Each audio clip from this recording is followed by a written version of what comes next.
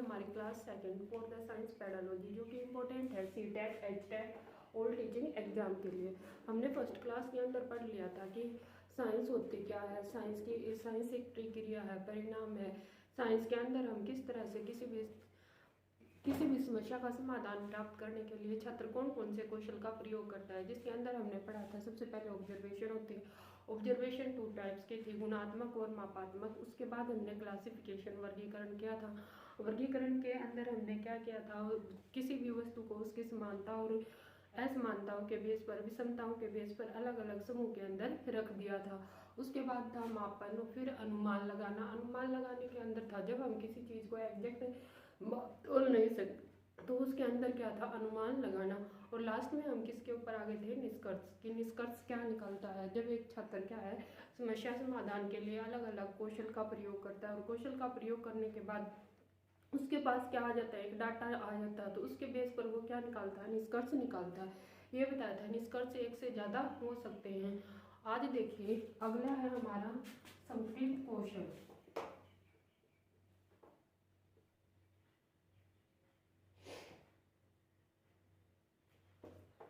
देखिए समाकलित कौशल। समाकलित कौशल क्या है, एक छात्र जब किसी भी समस्या का समाधान प्राप्त करने के लिए विभिन्न चरों को क्या करता है, एक साथ यूज करता है। क्या है, जब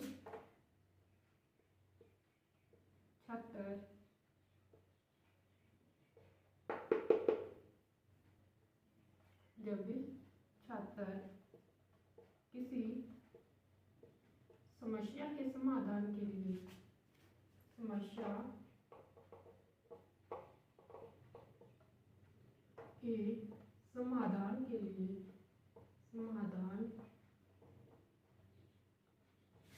प्राप्त करने के लिए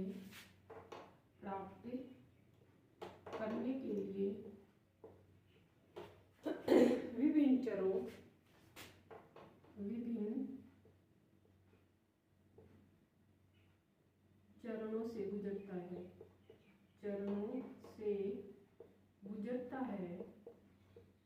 गुजरता है। छात्र किसी भी समस्या का समाधान प्राप्त करने के लिए विभिन्न चरणों से गुजरता है और अलग अलग प्रकार के कौशलों का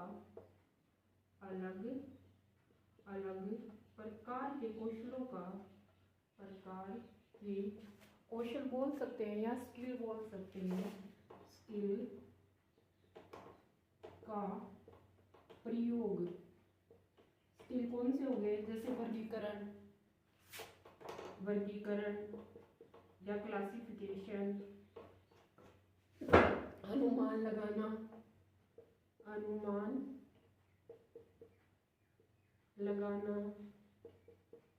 मापना। इन सब का प्रयोग क्या करता है, एक साथ करता है,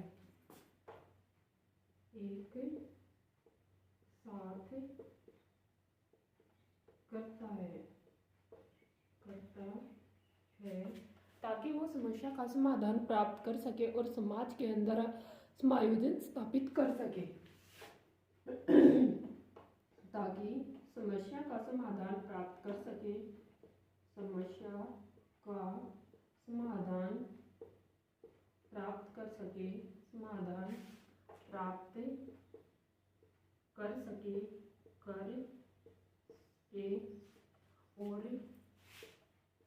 समाज के अंदर समायोजन स्थापित कर सके, समाज में समायोजन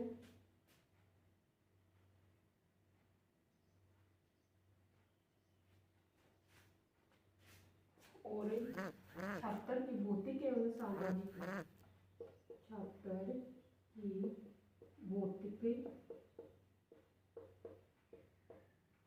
एवं सामाजिक सामाजिक वातावरण में समायोजन में सहायता कर सके,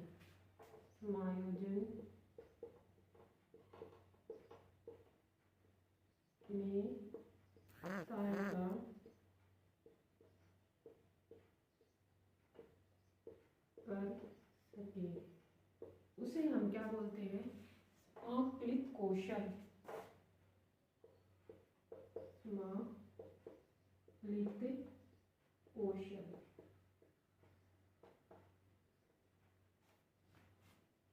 इसके बाद देखिए चरों की पहचान। चर क्या होते हैं? चर की पहचान। देखिए चर क्या होते हैं? चर क्या, जो छात्र की उपलब्धि में, जो छात्र की उपलब्धि के ऊपर क्या करता है? इफेक्ट डालते हैं, उन वेरिएबल्स को हम क्या बोलते हैं? चर या वेरिएबल। चर या क्या होते हैं? वेरिएबल। वेरिएबल। चर या वेरिएबल क्या है? चर या वेरिएबल जब छात्र किसी भी समस्या का समाधान प्राप्त करने के लिए विभिन्न प्रक्रिया करता है और उस छात्र क्या करता है? समस्या का समाधान प्राप्त या छात्र की उपलब्धि के अंदर, छात्र की उपलब्धि में जो जो वेरिएबल क्या करते हैं? इफेक्ट डालते हैं, या हम यूँ बोल सकते हैं छात्र की उपलब्धि को प्राप्त करने के लिए जो जो फैक्टर क्या करते हैं? प्रभावित करते हैं, उनको हम क्या बोलते हैं? वेरिएबल या चर। वह स्थिति है, वह स्थिति है जो परिवर्तित होती है या दिखाई देती है, जो दिखाई देती है, दिखाई देती है या छात्र की उपलब्धि में सहायता करती है, या छात्र की उपलब्धि में सहायता करती है,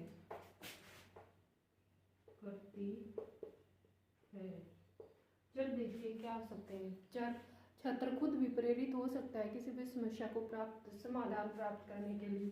तो जब छात्र क्या होता है? सेल्फ मोटिवेट होता है, तो उसको हम बोलते हैं अभिप्रेरणा। अभिप्रेरणा। जब छात्र क्या है? किसी भी समस्या का समाधान प्राप्त करने के लिए खुद क्या होता है? अभिप्रेरित होता है अंदर से, तो उसको हम क्या बोलते हैं? अभिप्रेरणा। अभिप्रेरणा क्या है? छात्र की उपलब्धि को प्रभावित करती है। अभिप्रेरणा छात्र की उपलब्धि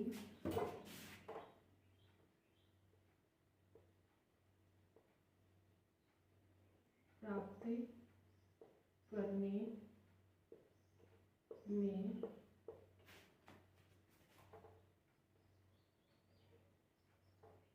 को प्रभावित करती है,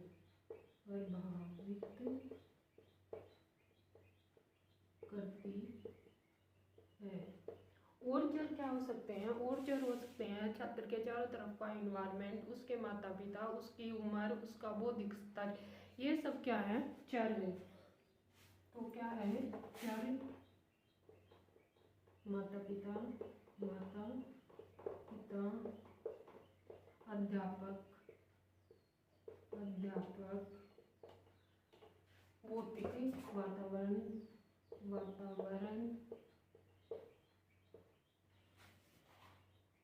बौद्धिक स्तर,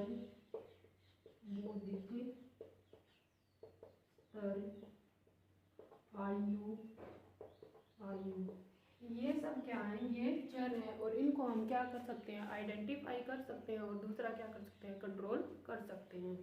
इसके बाद अगला देखिए क्रियात्मक स्किल या क्रियात्मक कौशल या क्रियात्मक रूप से किसी वस्तु को परिभाषित करना। क्रियात्मक रूप से परिभाषित करना।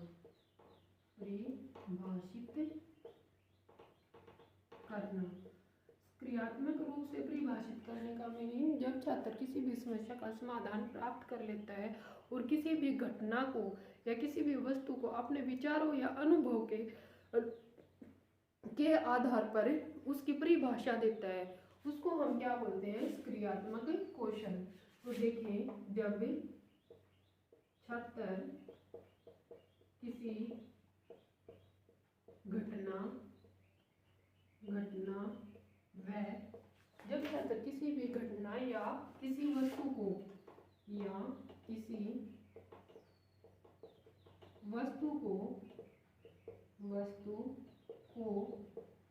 अपने अनुभव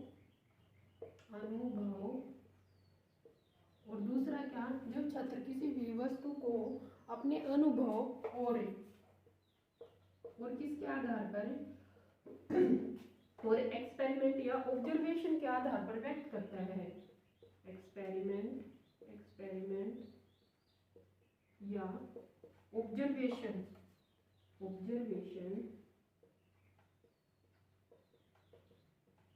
के आधार पर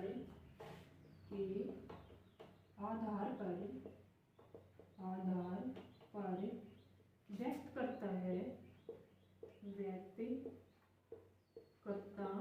है उसे हम क्या बोलते हैं, ऑपरेशनल रूप से परिभाषित करना या क्रियात्मक रूप से परिभाषित करना। क्रियात्मक रूप से परिभाषित करना।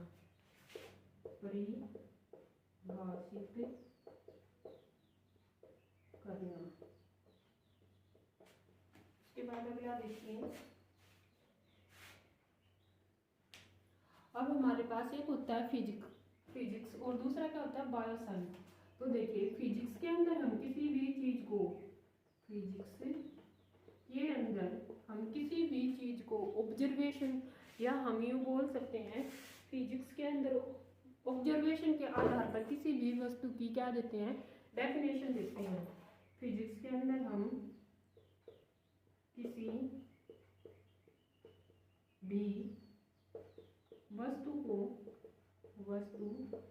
को किसके आधार पर, ऑब्जर्वेशन के आधार पर व्यक्त करते हैं। ऑब्जर्वेशन के आधार पर व्यक्त करते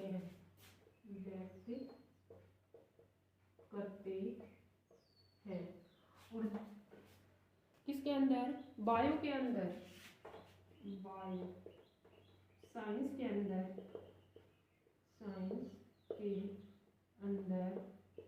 हम किसी भी वस्तु को या किसी भी घटना को व्याख्या के रूप में या थ्योरी के रूप में व्यक्त करते हैं। बायोसाइंस के अंदर हम किसी भी घटना को थ्योरी के रूप में या व्याख्या के रूप में व्यक्त करते हैं।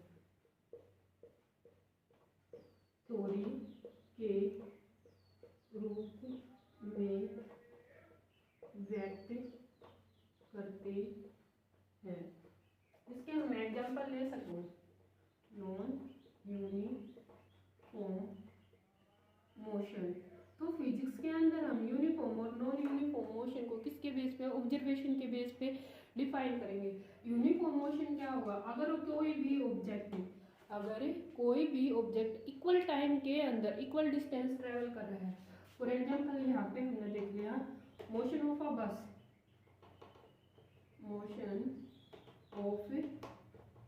बस, यहाँ ले लेंगे हम टाइम और यहाँ क्या ले लेंगे, डिस्टेंस। हमने देखा कि बस क्या है, 2 आवर्स, ये किस में ले लिया, आवर में, और ये किस में ले लिया, किलोमीटर में। तो हमने देखा कि 2 किलोमीटर यहाँ निकले 1 आवर, 1 आवर में कितना जा रही है, 15 किलोमीटर। फिर 2 आवर में अगेन 15, तो कितनी चली जाएगी, 30। 3 आवर में 45। तो इस तरह से हमने क्या किया कि इक्वल आवर्स में इक्वल डिस्टेंस क्या कर रही है, ट्रैवल कर रही है। तो इस मोशन को, इस बेस पे हम क्या बता देंगे कि ये कैसा मोशन है, यूनिफॉर्म मोशन। अगर बायो के अंदर हमें किसी भी घटना को व्यक्त करना है तो हम क्या करेंगे, उसकी मैक्सिमम एक्सप्लेनेशन देंगे कि ये जीव है, ये हमने माइक्रो ऑर्गेनिज्म कैटेगरी के अंदर रखा है।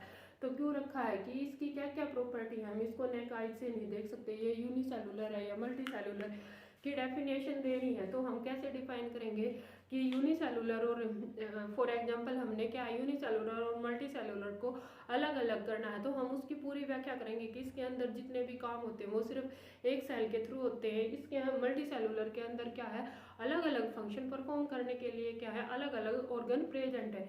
इस तरह से हम उसकी क्या करेंगे, मैक्सिमम एक्सप्लेनेशन देंगे। उसके बाद अगला देखिए परिकल्पना। परिकल्पना का जो आधार होता है, परिकल्पना का आधार एक तो क्या होता है ऑब्जर्वेशन, और दूसरा क्या होता है निष्कर्ष। जब छात्र किसी भी समस्या का समाधान प्राप्त कर लेता है और प्राप्त करने के बाद वो क्या समस्या का समाधान प्राप्त करने के लिए क्या करता है, नंबर ऑफ ऑब्जर्वेशन करता है। ऑब्जर्वेशन के बेस पे क्या निकालता है, निष्कर्ष निकालता है। अब ऑब्जर्वेशन और निष्कर्ष से दोनों को मिला के जो क्या करता है, हाइपोथेसिस करता है या परिकल्पना करता है। तो परिकल्पना क्या होती है, निर्माण छात्र किसके आधार पर, ऑब्जर्वेशन और निरीक्षण के आधार पर करता है। निरीक्षण का निर्माण ऑब्जर्वेशन और निष्कर्ष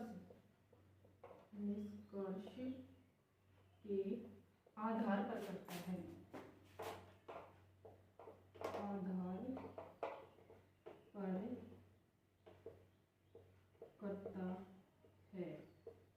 फॉर एग्जाम्पल एक छात्र है, उसने देखा कि वो क्या कर रहा है,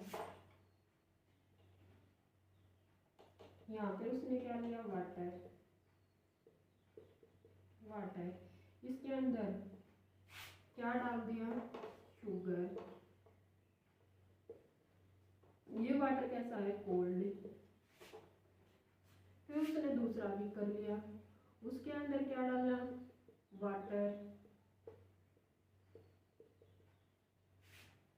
यहाँ जो फॉर एग्जाम्पल हम मान सकते हैं कि वाटर का टेम्परेचर कितना ले लिया, 13 डिग्री सेल्सियस। यहाँ वाटर का टेम्परेचर बढ़ा दिया, 25 डिग्री सेल्सियस ले लिया, और इसके अंदर उसने क्या डाला, शुगर, और इसको क्या किया, डिजोल। छड़ के हेल्प से क्या कर दिया, डिजोल कर दिया। इसके हेल्प से इसको क्या किया, डिजोल। और यहाँ भी इसको क्या, इसके अंदर क्या कर दिया, वाटर के अंदर शुगर के पार्टिकल क्या किए, डिजोल किए। और यहाँ टाइम नोट किया। फॉर एग्जाम्पल यहाँ जब वो क्या कर रहा था, वाटर के अंदर शुगर के पार्टिकल डिजोल कर रहा था, तो यहाँ उसको टाइम लगा फॉर एग्जाम्पल 15 मिनट। जब वाटर किस डिग्री सेल्सियस पे था, 13 डिग्री सेल्सियस पे था, मतलब कि ज़्यादा कोल्ड था। फिर उसने यहाँ पे वाटर लिया और वाटर का टेम्परेचर बढ़ा दिया और यहाँ डिजोल किया, तो यहाँ उसको फॉर एग्जाम्पल मान सकते हैं हम कितना टाइम लगा, 10 मिनट। फिर उसने थर्ड बीकर लिया, अब इसके अंदर क्या किया, वाटर ले लिया, और दूसरा इसके अंदर क्या डाल दिया, शुगर के पार्टिकल्स। क्या डिजोल कर दिए, शुगर के पार्टिकल्स, और छड़ की हेल्प से क्या करना स्टार्ट कर दिया, पिलाना स्टार्ट कर दिया। ये शुगर के पार्टिकल्स,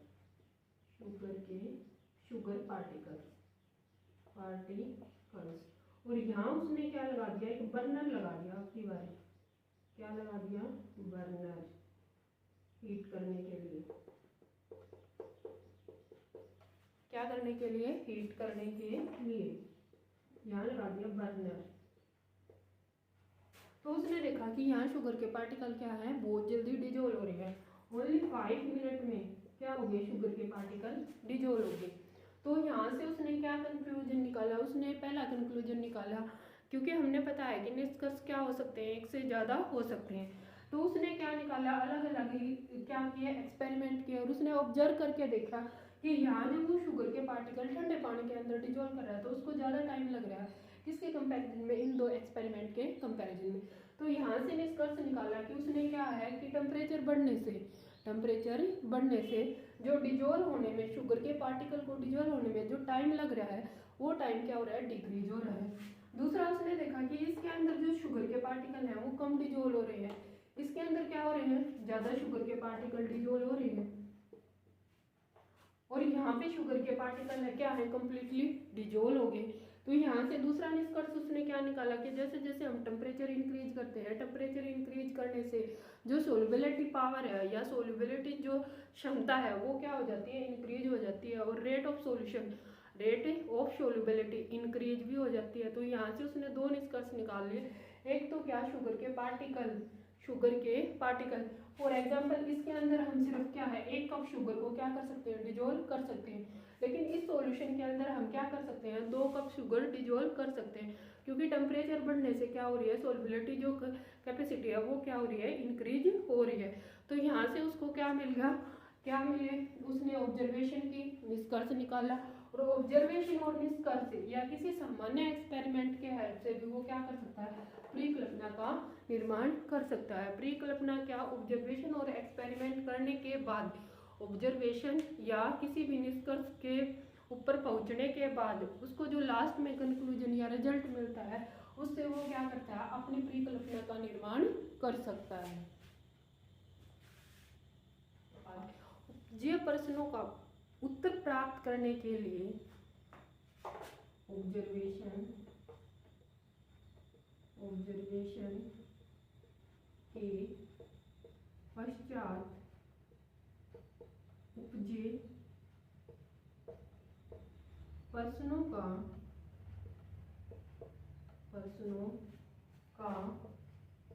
हल प्राप्त करने के लिए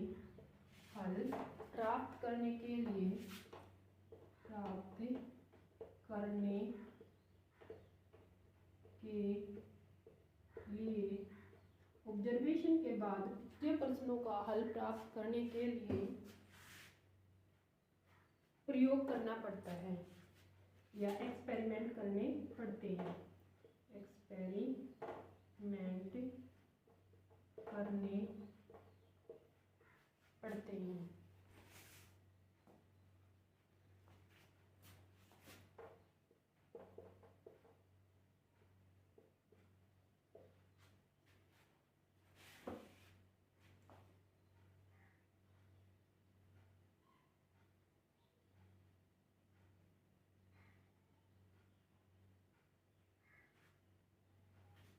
उसके बाद सारणीबद्ध करना क्या होता है, सारणीबद्ध करना और व्याख्या करना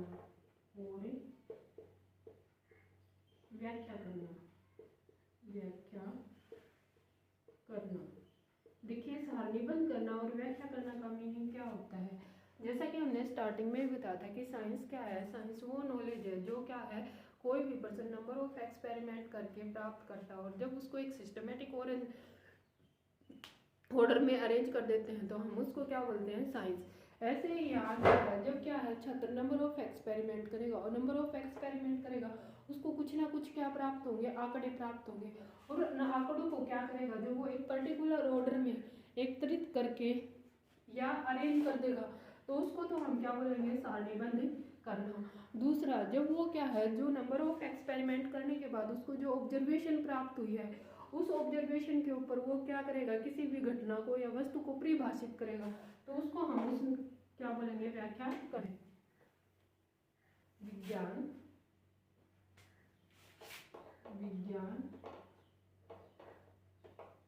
एक उत्पाद है, तो विज्ञान प्रोडक्ट के रूप में कैसे है, या प्रोडक्ट है, science is a product,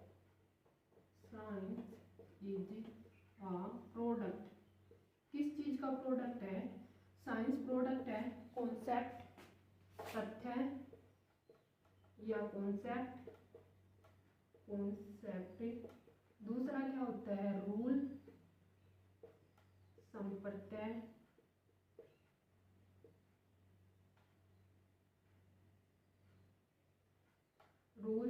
law, नियम, और लास्ट क्या होता है, थ्योरी। में क्या होते हैं,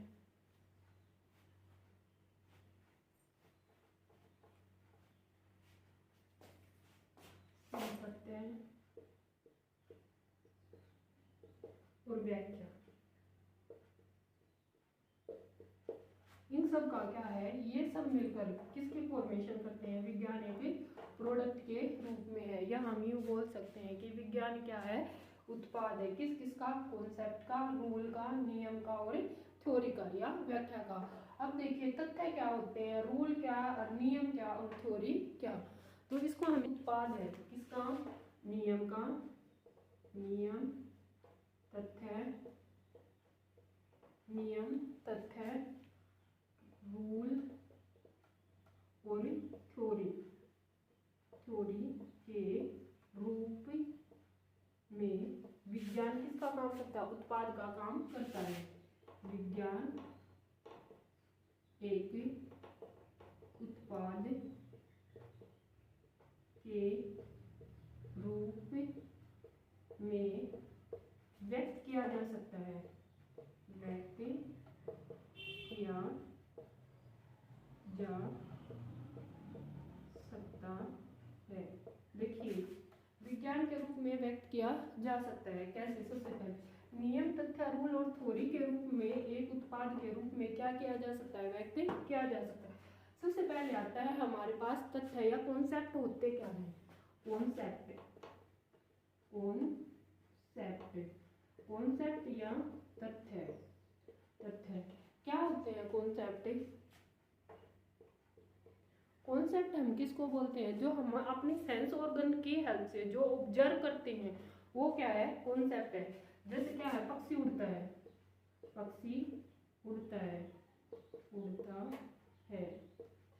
दूसरा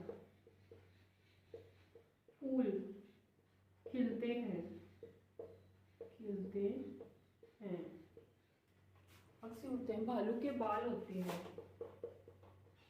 भालू के बाल होते हैं, होते हैं। तो ये सब ऑब्जर्वेशन हमने किसके हेल्प से किया है, सेंस ऑर्गन की हेल्प से। तो हमने क्या बताया, जो हम अपनी सेंस ऑर्गन की हेल्प से, सेंस ऑर्गन की हेल्प से ऑब्जर्व करते हैं, ऑब्जर्व करते हैं, करते हैं, उन्हें तथ्य या कॉन्सेप्ट कहते हैं, उन्हें तथ्य या कॉन्सेप्ट, कॉन्सेप्ट कहते हैं, कहते हैं। अगला देखिए, उसके बाद आ गया हमारे पास क्या, ये हो गया कॉन्सेप्ट है। कॉन्सेप्ट के बाद क्या आएगा, रूल या संप्रत्यय। रूल, ये रूल, रूल, रूल के आधार पर, रूल के आधार पर हम वस्तुओं को क्या है, अलग अलग समूह के अंदर विभाजित करते हैं। तो क्या होता है, रूल, रूल, नियम, नियम के आधार पर, आधार पर हम क्या है, वस्तुओं को अलग अलग समूह के अंदर विभाजित करते हैं, वस्तुओं को अलग अलग समूह के अंदर, समूह के अंदर विभाजित करते हैं, विभाजित करते हैं। फॉर एग्जाम्पल हम ये बोल रहे हैं सॉलिड, लिक्विड और gas, solid, liquid and gas, gas. तो यहाँ हमने क्या लगाया, रूल लगाया, किसका, कौन सी theory, kinetic theory of a particles. यहाँ कौन सा रूल लगेगा, सॉलिड, लिक्विड और गैस को हमने क्या किया, डिफरेंशिएट किया, किसके बेस पे, kinetic theory of the particle, या हम ये बोल सकते हैं थर्मोडायनेमिक एनर्जी। अब देखिए ये सॉलिड है,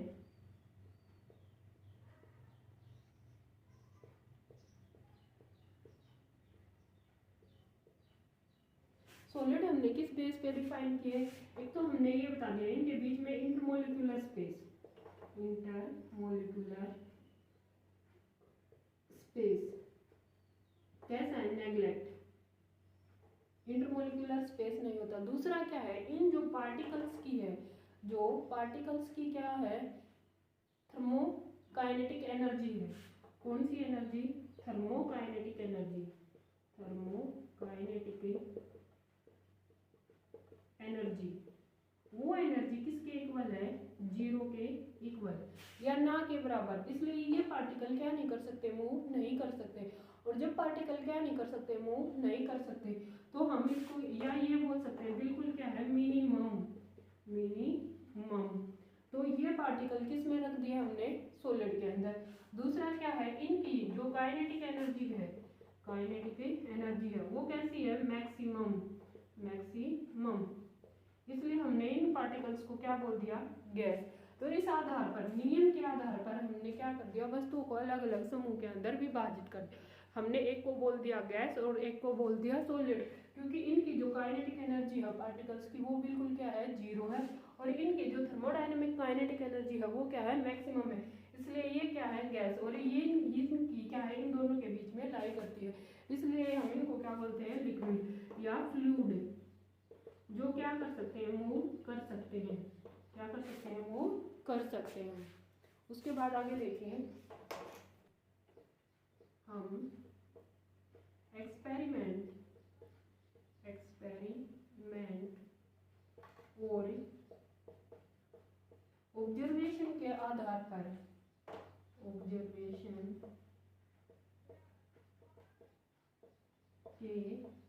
आधार पर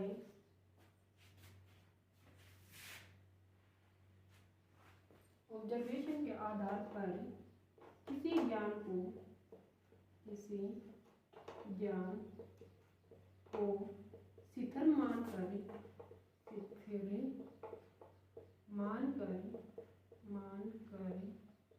उसकी व्याख्या करते हैं,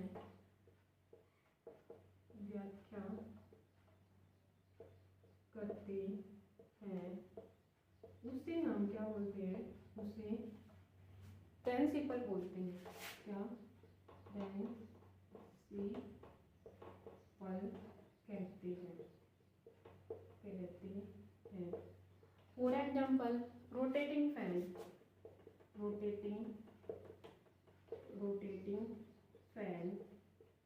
दूसरा क्या? वॉशिंग मशीन, या जितने भी इंस्ट्रूमेंट जो कि किस पे बेस है?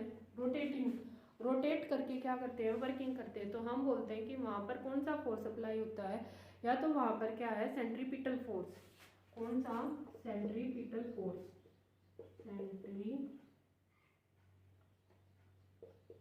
Centripetal force. अब देखिए सेंट्रीपिटल फोर्स क्या है? हमें ये पता है सेंट्रीपिटल फोर्स वो फोर्स होता है जब कोई भी वस्तु अगर स्ट्रेट लाइन में क्या कर रही है? मूव कर रही है, उसके ऊपर क्या करता है? परपेंडिकुलर एक्ट करता है। परपेंडिकुलर क्या करता है? एक्ट करता है। और परपेंडिकुलर एक्ट करने के बाद वो वस्तु क्या करती है? सर्कुलर पाथ में रोटेट करना स्टार्ट कर देती है। जब किसी भी वस्तु के ऊपर एनी फोर्स परपेंडिकुलर एक्ट करता है और परपेंडिकुलर एक्ट करने के बाद वो वस्तु क्या है? सर्कुलर पाथ में रोटेट करना स्टार्ट कर देती है, तो वहां पर कौन सा फोर्स एक्ट करता है? Centripetal force. हम ये मान के चलते हैं कि जितने भी हम इंस्ट्रूमेंट क्या कर रहे हैं? यूज कर रहे हैं, वो सारे जो कि क्या है? रोटेटिंग फिनोमिना के ऊपर बेस है। तो वो कौन से प्रिंसिपल को फॉलो कर रहे हैं? Centripetal force of law principal को क्या कर रहे हैं? फॉलो कर रहे हैं। तो ये क्या हो गया? प्रिंसिपल। जो हमने क्या बताया, जब नंबर ऑफ एक्सपेरिमेंट या ऑब्जर्वेशन के बाद हम किसी भी चीज को शिथिल मान लेते हैं और उसके बेस पर किसी भी तंत्र की व्याख्या करते हैं, तो उसको हम उसका क्या बोलते हैं? प्रिंसिपल। उसके बाद अगला देखिए, हम किसी परिघटना का वर्णन, किसी घटना का वर्णन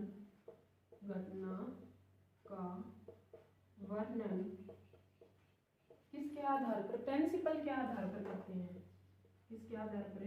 प्रिंसिपल के आधार पर करते हैं, आधार पर उसकी पूर्ण रूप से व्याख्या करते हैं, पूर्ण रूप से व्याख्या करते हैं, व्याख्या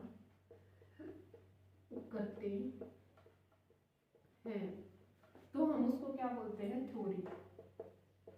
थ्योरी देखिए थ्योरी, अब हम एक बार डिटेल में पढ़ लेते हैं तीनों चीज, चारों चीज, कॉन्सेप्ट, रूल, उसके बाद प्रिंसिपल एंड थ्योरी। यहाँ पर हम क्या लेंगे, concept of linear momentum, linear momentum, momentum. देखिए लीनियर मोमेंटम सबसे पहला कॉन्सेप्ट है, हमने बोला था कॉन्सेप्ट या तथ्य। तथ्य क्या हो गया, हमने क्या है, एक गन को देखा, गन के अंदर क्या है, बुलेट है, गन के अंदर क्या है, बुलेट। जब हम क्या करते हैं, गन को फायर करते हैं या ट्रिगर को जब दबाते हैं, उसके ऊपर फोर्स लगाते हैं, तो हमें ये पता है कि गन कहाँ जाती है, बैकवर्ड डायरेक्शन में, और जो बुलेट है, जो गोली है, वो किस तरफ जाती है, फॉरवर्ड डायरेक्शन में। ये कहाँ चली गई, फॉरवर्ड, और ये कहाँ चली गई, बैकवर्ड।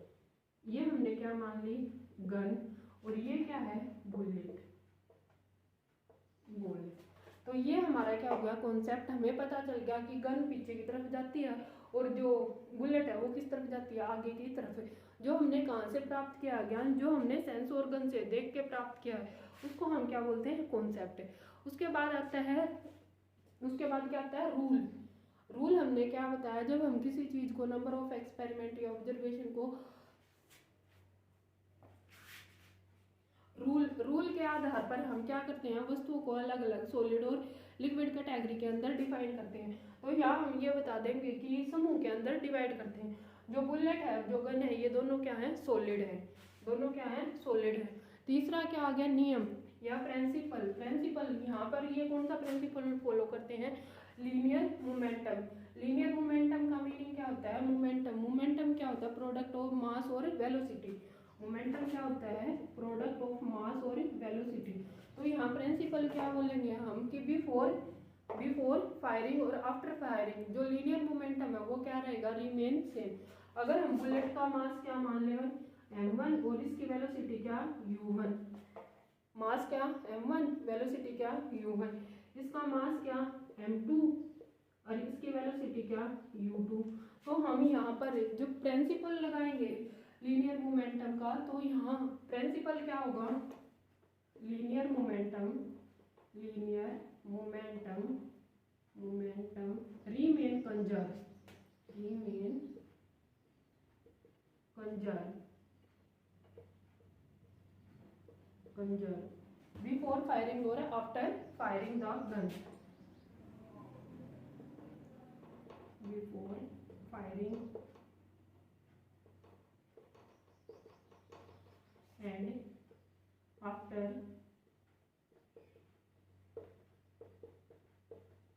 firing the gun। ये हमारा क्या होगा, प्रिंसिपल, प्रिंसिपल। उसके बाद जब हम इसको मैथमेटिक एक्सप्लेन करेंगे तो वो क्या आ जाएगी, थ्योरी। क्या आ जाएगी, थ्योरी। थ्योरी के अंदर क्या लिखेंगे, m1u1 plus m2u2 is equal to, ये क्या हो गया, मोमेंटम बिफोर फायरिंग, और ये मोमेंटम क्या हो जाएगा, m1v1 प्लस m2v2। ये किसके अंदर आ जाएगा, थ्योरी के अंदर। तो यहाँ से आई थिंक आपको समझ में आ गया होगा कि जो हमारी विज्ञान है वो क्या है, एक प्रोडक्ट के रूप में है। प्रोडक्ट के रूप में किस तरह से है, कॉन्सेप्ट के बेस पे, नियम के बेस पे, रूल के बेस पे और थ्योरी के बेस पे। कॉन्सेप्ट तो क्या है, जो हम सेंस ऑर्गन से क्या करते हैं, कोई भी ज्ञान प्राप्त करते हैं, उसको बोलते हैं सबसे पहले कॉन्सेप्ट। उसके बाद क्या आता है, रूल। रूल के आधार पर हम क्या करते हैं, वस्तुओं को अलग अलग वर्ग के अंदर क्लासिफाई करते हैं, सॉलिड, लिक्विड एंड गैस। उसके बाद हमारे पास क्या आता है, नियम। नियम क्या आता है, जब हम ऑब्जर्वेशन और एक्सपेरिमेंट के आधार पर किसी वस्तु को सिद्ध मानकर उसकी क्या करते हैं, व्याख्या करते हैं, उसको हम क्या बोलते हैं, प्रिंसिपल। लास्ट में क्या आता है, थ्योरी। थ्योरी जब हम किसी चीज को, किसी भी घटना का वर्णन किसके आधार पर, प्रिंसिपल के आधार पर करते हैं, तो उसको हम क्या बोलते हैं, थ्योरी। अगर आपको वीडियो अच्छी लगी तो प्लीज़ चैनल को लाइक, सब्सक्राइब एंड शेयर करें। Thank you.